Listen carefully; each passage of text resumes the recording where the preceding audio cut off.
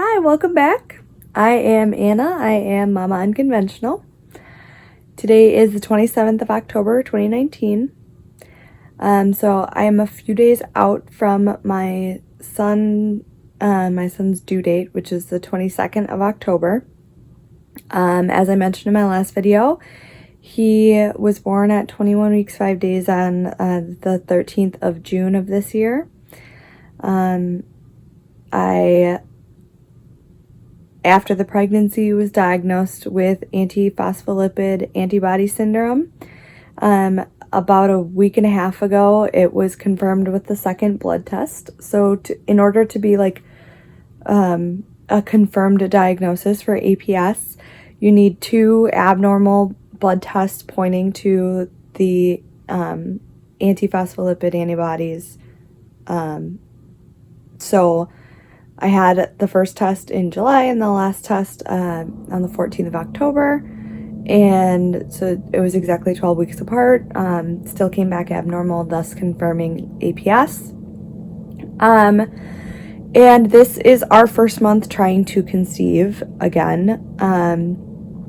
And that just comes with a loaded bout of emotions. Honestly, the last couple of weeks have been just a roller coaster of emotions. I was very on edge, and I approaching Atlas's due date, was not handling it well. It was a lot of weight on our marriage. My husband is extremely supportive, but I have been pretty up and down and unable to kind of catch where I'm going. I don't know if that makes sense, but it's just been an emotional few weeks. But this is our first month trying to conceive after a diagnosis with APS. And as I mentioned in my last video, there's a treatment plan when you have APS, so subsequent pregnancies are going to be different. But I have some conflicting information. I have information from Star Legacy Foundation. The contact from Star Legacy said that those with APS would start Lovenox blood thinner at pregnancy confirmation or pregnancy viability confirmation. So like an ultrasound confirming that there's a heartbeat and growth is where you're expected to be. So that's when they would start the Lovenox. And the MFM, the maternal fetal specialist that I met with in August, she said that they would start the blood thinner shots. It's a twice daily blood thinner shot. She said that they would start at 10 weeks. And my OBGYN specialist, after the second test confirmed the antiphospholipid syndrome, mentioned that they would start at 12 weeks. So no one's on the same page. So my new plan is to have another appointment with my MFM. So I would like to kind of put my eggs in the basket of the maternal fetal specialist because they'll be the ones helping along during the pregnancy more so than my OBGYN will. They'll work in tandem, but a lot of the fetal concerns are going to go towards the MFM anyway. So it's something that I feel like I need to bring up with my MFM and convince them and try to get aligned with them. Everyone seems to have a different reason for when they would start the blood thinners, but either way, I'm in a group on Facebook and have found that most women who have been diagnosed with APS start at pregnancy viability with those blood thinner shots. So I'd like to get ahead of the curve to try to have a successful pregnancy once we are pregnant. A little bit of background, and I think I mentioned in my last video, is we were fortunate enough to get pregnant The first time trying on both tries.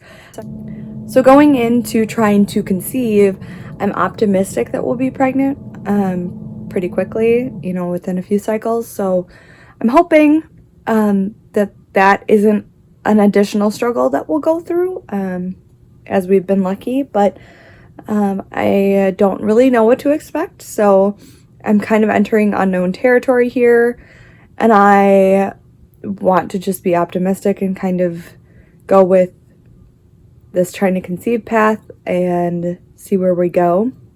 So I wouldn't know until like the end of the second week in November, and so we're just kind of in that unknown range right now, which is, you know, the fun, like, you don't know, nervous part.